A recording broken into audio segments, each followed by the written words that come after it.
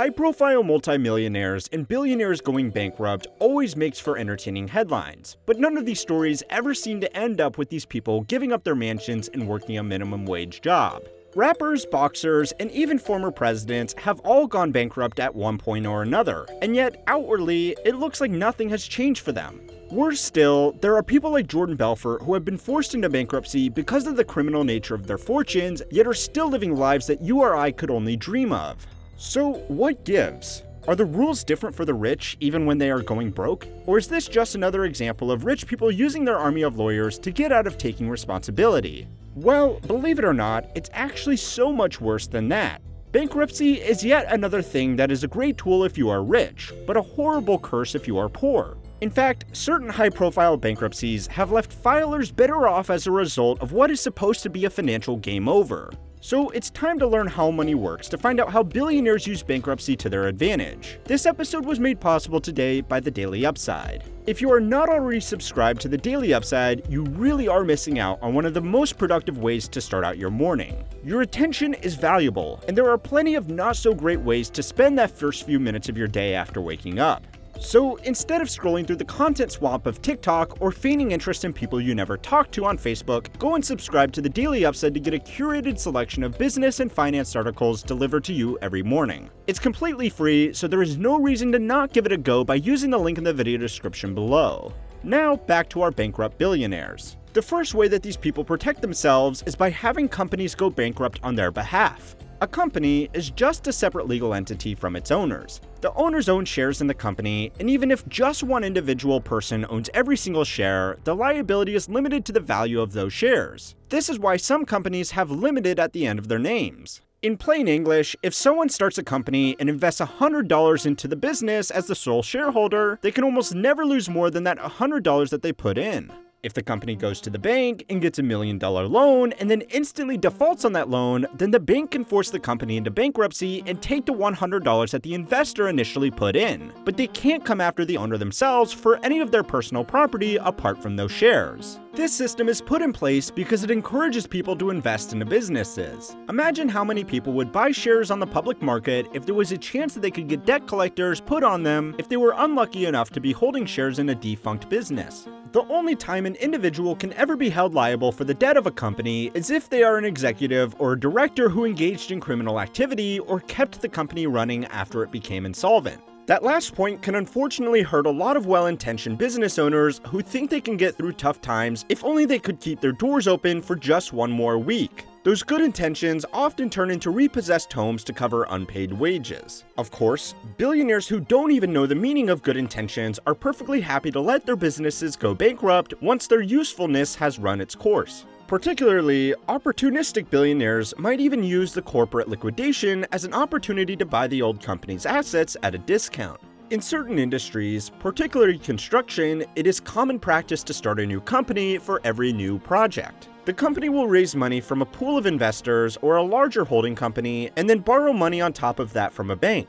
The new company will then hire all the builders and contractors to construct the project and pay them from a pool of funds. Once the project is finished, the company will sell the building as apartments or office space and return all the money raised back to the bank with interest and then to the shareholders. The benefit of doing it like this is if the project goes over budget or becomes unprofitable, the shareholders can cut their losses and it's the bank and the contractors who end up losing the most. Whether you hate him or love him, Donald Trump is the master of this style of business structuring. Every project he starts will be self-contained in its own individual company, which is why you can read stories about him having declared bankruptcy 6 times over, yet he still lives in a penthouse with a bathroom that would make an early 2000s rapper blush. The creative use of corporate structures is not the only way that multimillionaires and billionaires spin bankruptcy to their advantage. Because even when they personally have to declare bankruptcy, they still have a big advantage over regular people. That's because there's not just one single type of bankruptcy. There are actually 6 different types: Chapter 7, 9, 11, 12, 13, and 15.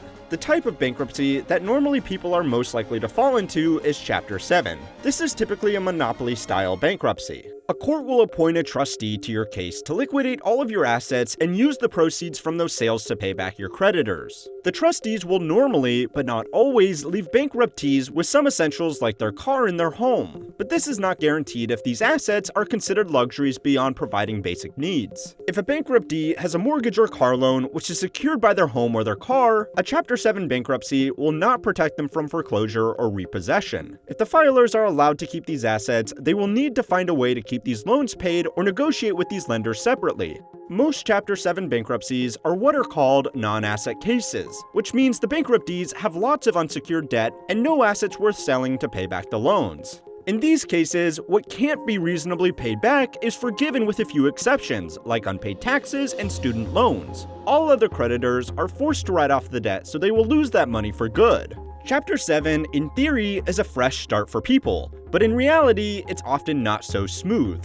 Getting a job can be difficult with bankruptcies on your record, and you can't claim bankruptcy again for another 8 years, which means recent bankruptees often have bigger problems with less honest lenders shortly after going bankrupt. In fact, some lenders actually target recent bankruptees because they know they can't claim bankruptcy again.